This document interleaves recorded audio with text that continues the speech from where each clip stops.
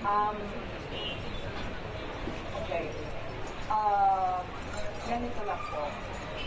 Whatever they are telling that my daughter is bad, they can make their own stories. Okay, you have make your own stories. But, ito lang yung tanong ko. Ano bang karapatan nyo para babuyin at patayin ang walang kalaban-laban ng babae na nag-iisa? Anong karapatan nyo?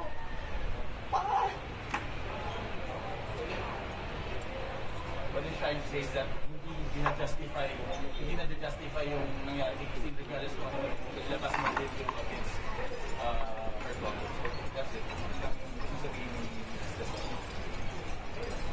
Okay, Mother. I understand naman na yung mga parusa dito naayon sa batas. Pero personally, kung kayo personally, ano klaseng kaparusahan yung gusto niyo para sa kanila?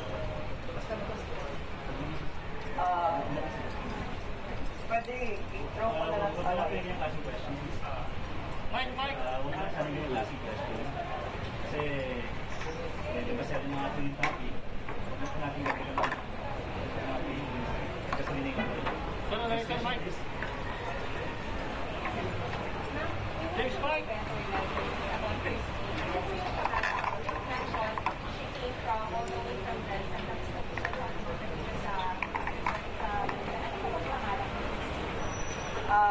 First of all, I would like to introduce who is Christine Angelica Paba Gasela. My beautiful lady, my beautiful baby is only 20 years old. Second from 4 of siblings of 4. And she's a cum laude from UP Davao. And actually mahilig po yan siya mag-join sa mga beauty pageant. Kasi po kahit pa paano si Miss Shang Sisotso is really somehow malapit po na kapamilya ng kapatid din ng aking husband. So sila mag-push yan, mag-join siya ng beauty ko ng Binibini Pilipinas, ganyan. Kasi po naging Miss South at Davao din po at the same time yung anak ko. So Christine is a very good girl. She's a promising girl. Nakita mo kung ano kaganda yung anak ko, di ba? Mabait ang anak ko. And really, it's really her passion to become a flight attendant. Alam mo, simple lang naman kaming tao eh. Kasiyahan lang po sana ng anak ko na ang dream niya yung pamilya na mga kapatid niya sa tatay niya at pamilya niya na makatulong niya. Kaya gusto niya talaga maging flight attendant po. Yun po. Sa ngayon ba, kahit sino sa inyo, may leaks na, kumbaga, meron naman nagsisend ng surrender killers, ganyan, sa inyo, or kahit sa pagkakaalam ko? We understand that one of the respondents, in the person of Ray Ingles, has appeared in the police station and given a statement. I need to confirm that because I have not talked to the police.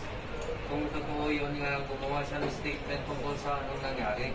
Ray Ingles was supposed to be one of those na initially pumasok sa 2209 together with Christine. Ito yung akala ni Christine siguro, tatlo lang itong bisita niya eh, tsaka siya. Hindi niya akalain niya darating yung 9 others or 6 others plus the other 7 in the other room. So it became already a very big celebration. In fact, against the rules and regulations of the IATF. So bukod sa kanya, may mga nagpaparamdam ba na they want to surface? I believe that if they know what is good for them, so that no harm will come to them, because I think there are some people who are angered by what they did, they should surrender and explain their side. We just want to find out the truth. Sino ba talaga ang nag-sexually assault sa kay Christine? Sino ba talaga ang nag-spike ng drinks siya with drugs? At sino ba talaga ang immediate cause ng pagkamatayan niya? Kasi yung sinasabing ruptured aortic aneurysm could be only a result of the assault. Yun ang aming position. Siguro kay Mrs. Gatera, ano yung mensahe niyo para doon sa mga hindi pa lumalantad?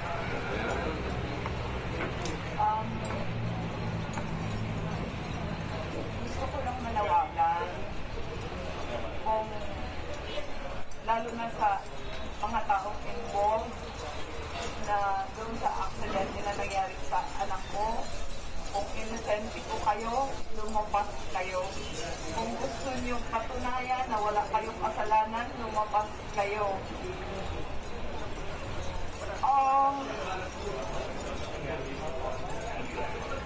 Kasi ganito lang yun eh. Habang hindi po kayo lumalabas, hindi po namin hahayaan na panindigan na nirape niyo po ang anak ko. Siguro sa legal counsel, no? So, how will you explain the aneurism finding in the autopsy? Just like Attorney Reyes mentioned, we are disputing the findings of the SOCO, yung post-mortem report nila na they claim the hospital was aneurysm period. They didn't specify sa report yung mga hematoma, yung mga bruises that were found in the victim's body. That's why we seek another post-mortem report from an independent medical examiner. So now, but do you also believe that gang rape yung nangyari? I won't comment on that. How about Mrs. Gatera? Sana paubaya ko na Yeah, I will, as much as possible, avoid commenting whether it is a gang rape or it is planned or there's conspiracy or whatever. It's already submitted for a solution, so let's respect na lang the findings of the office of the So as of now, you cannot say ascertain. Yes. Let's wait na lang for the resolution. Sir, nagsalita kanina yung isa sa sino-consider na suspect na declare na appointed. Yes. Sabi, I have no idea who is, can you tell us? yes, si Greg Gregorio de Guzman. Ang sabi, hindi naman daw sila nagtatago at willing daw sila surface once na magkaroon ng sakina. At dinidinay nila na may nangyari dahil bakla daw sila. Again, that's evidentiary by nature in kasi parang yung mga bagay na kailangan patunayan yan. Hindi yan pwedeng sabihin na pagkakas ngayon, walang reason. Those are evidentiary in nature. If they are vouching on that, they must submit to the jurisdiction of the prosecution or the prosecutor or if ever umakyat sa court, they should submit to the jurisdiction of the police. So legal counsel, gusto ko natin dumagdagan na. Picture kasi sa Facebook, sa social media na parang LGBTQ community yung tinitira ng mga polis. LGBTQ community yung tinitira ng party ng biktima. Siguro magiging napaka-sensitive at magiging selfish natin kung piniframe natin sa ganyang picture ang kabuluhan ng kaso. Diba? As I said earlier this morning,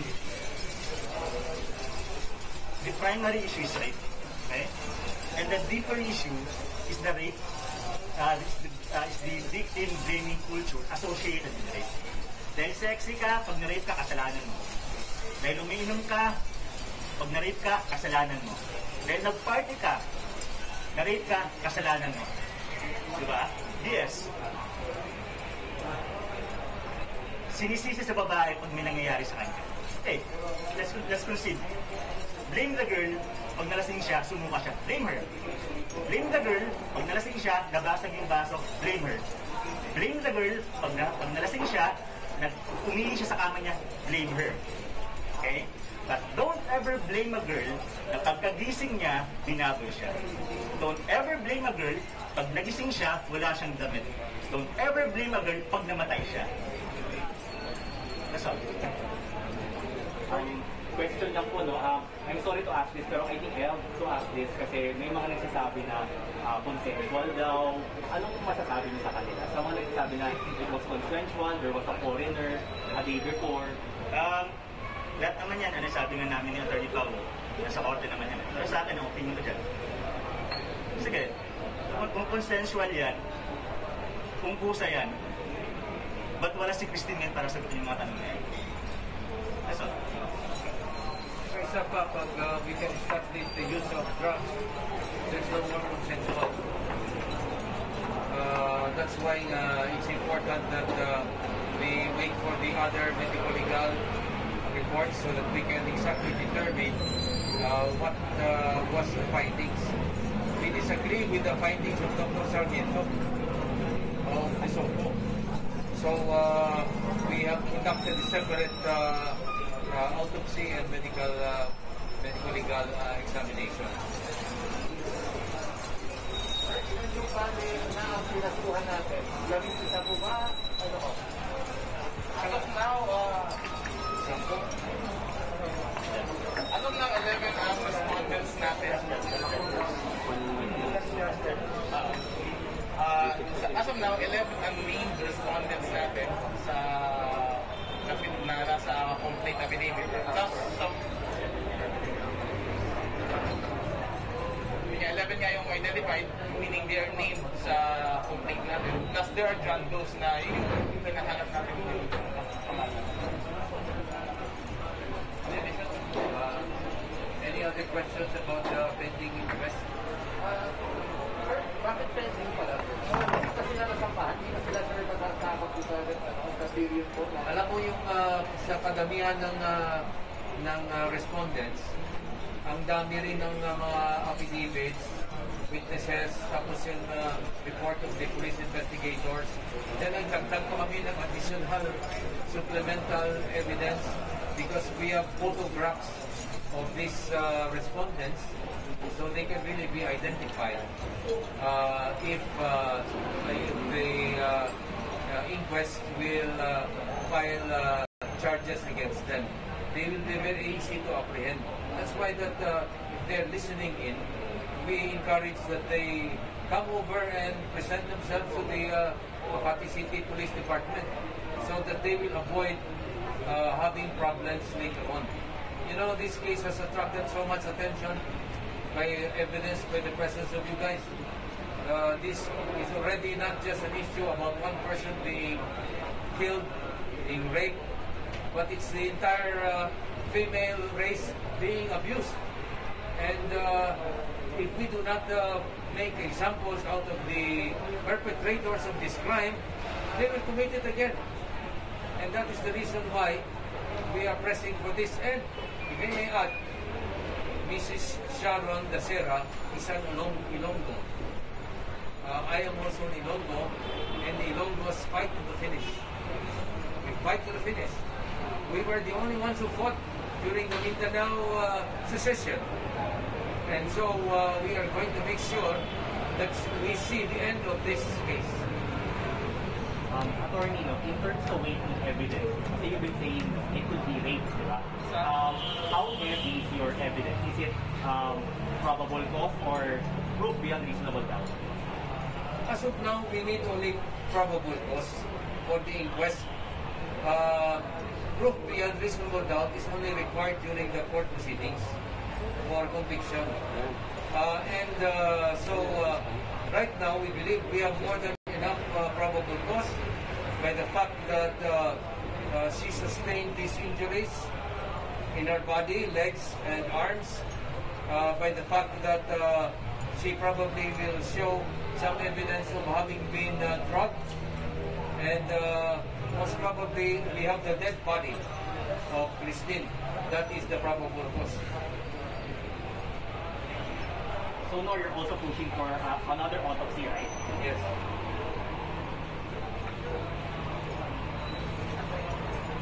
Okay. So if you have no more questions, yes. You have no more. Bakit may binabanggit kang witness? Sino-sino po itong witness? At ano po ang binabanggit nila? Yung isa na naglapit sa police department ay I'm still trying to confirm his identity daw is Mr. Ray Ingles. So we do not know because doon sa police department we will still be able to find out if that is correct information or not. Actually, ang mangyayari dito, sila mismo ang magiging witnesses dito sa insidente. kasi sila magkasama-sama doon sa room 2209. And this is where the crime was committed. How about the possibility of having a star witness among those four? No, there's a great possibility of state witnesses here, especially of those who did not have any participation. And the family, I'm sure, will agree to designating state witnesses if they are not involved in the crime and they have information to give, especially if they were inside the room of room 2209. Siguro kay Mrs. Dacera na lang, any other final words? Anything that you want to share with us? Bago ko makalimutan, gusto ko lang din pasalamatan yung mga tao na tumulong sa akin, katulad ni Sarah Manilay ng Kiensa, ni may-ari ng Golden State. She's always been monitoring me, and Attorney Humilia of Corona del City. Maraming salamat. And of course, sa inyo, sa walang yung sawang at awa na suporta sa akin. Sana, ang hiling ko lang, hindi din sana yan mangyari sa mga anak nyo o sa kapatid nyo. Ang nangyari na karumal-dumal na barbaric death of my daughter. Yan lang po. To God be the glory. Aika, paglaban kita, Aika. So there are no more questions. I'd like to thank everybody for coming, and we hope to be able to invite you again to another press con after the inquest proceedings is resolved. When will that be? I think within the next 48 hours. 48 Let us know. Yes, by Friday, pasiguro mo yan. Oh yes. Attorney Paulo. Paulo Juliao. Paulo. Then we have here Attorney Leta. Jose Leta. And then Mark Eroas.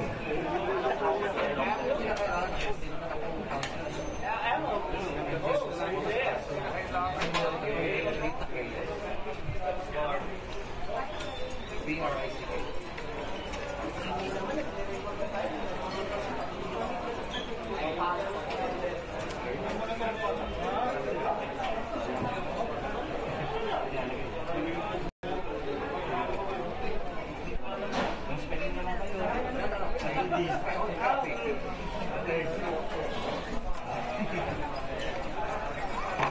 Sir, pare, pasuhin sa akin. Idol, salamat.